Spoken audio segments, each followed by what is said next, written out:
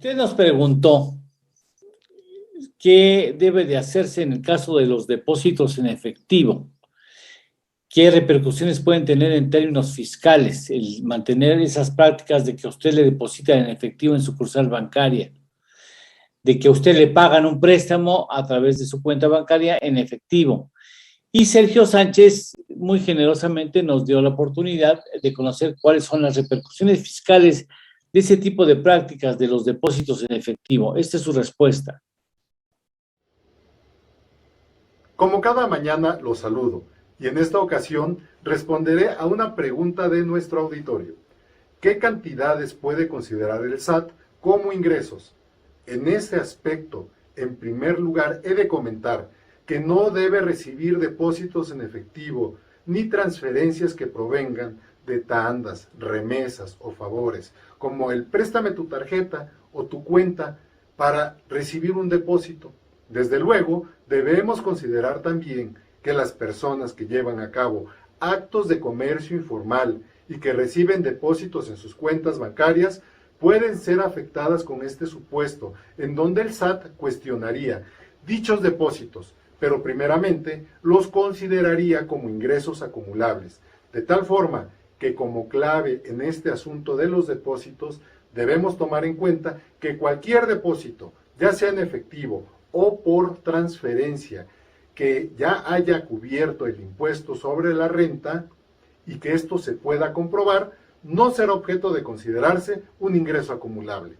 En el caso del gasto familiar, cuando un matrimonio se deposita uno al otro para la manutención o gastos del hogar, y me refiero de esta forma porque hoy muchas veces la mujer es la que trabaja y el hombre es el encargado de la casa, o al revés, pero no existe ningún problema en cuanto a la realización de estos depósitos, debido a que uno de ellos ya pagó el impuesto sobre la renta por los ingresos obtenidos por medio de su trabajo, ya que se le retuvo y enteró a la autoridad fiscal el impuesto correspondiente. La autoridad siempre estará en posibilidades de solicitar algún tipo de aclaración al respecto, por lo que si se tiene la evidencia plena de esta situación, no debe haber ningún problema respecto a los depósitos que se efectuaron entre cónyuges. Hay que tomar en cuenta que cualquier depósito podrá ser cuestionado por la autoridad y nos estaremos remitiendo incluso a la discrepancia fiscal, tema que he referido en muchas ocasiones en este espacio. Repito, es muy importante cerciorarse que haya pagado el impuesto sobre la renta por los depósitos recibidos. Otro ejemplo es que algunas personas obtienen su ingreso por la cuenta de nómina y hacen retiros en efectivo para depositar recursos en otras cuentas, ya sea de cheques o tarjetas de crédito.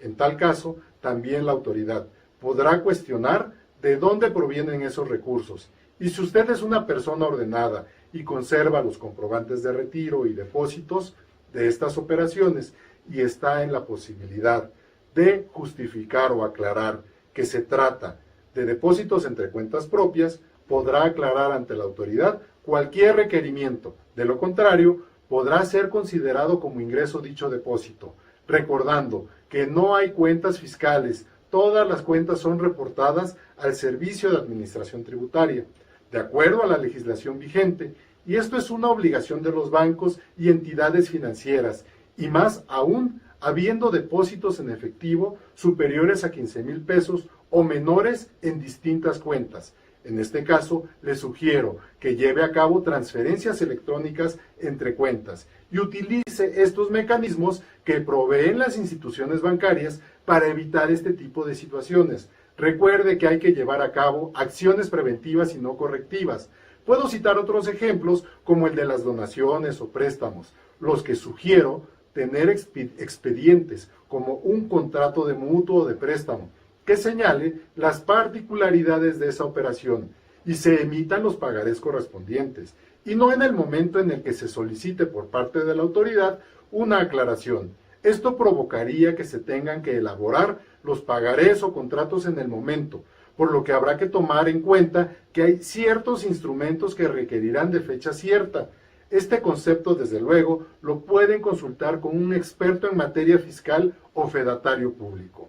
Por otra parte, la donación entre cónyuges solamente es válida y no entre personas bajo el concubinato.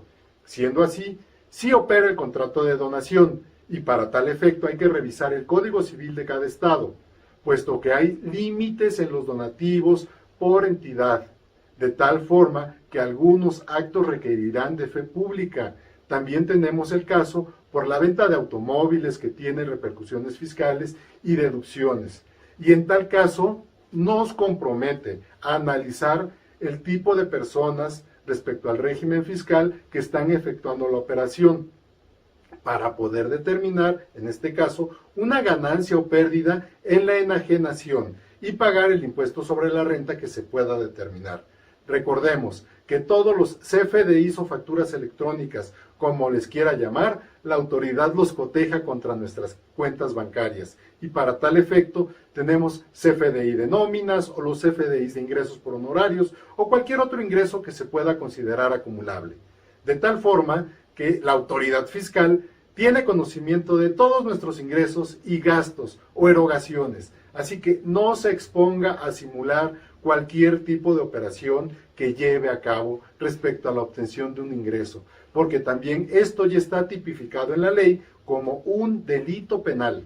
Finalmente, se deberá informar en la declaración anual por los préstamos, herencias, legados, donaciones o cualquier otro importe recibido superior a 600,000 pesos.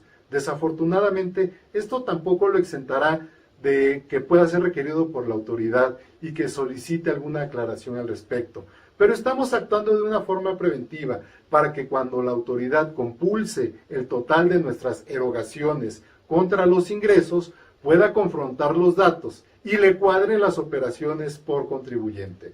Recuerden, la clave de esto es no recibir depósitos que no hayan pagado impuestos sobre la renta, y menos hacer favores con nuestros instrumentos bancarios o financieros, porque esto nos puede repercutir en problemas. Muchas gracias y seguiremos atendiendo a sus cuestionamientos. Hasta la próxima. Gracias, Sergio, gracias, muchas gracias. Después de una pausa, Ernesto Juárez Santoscoy.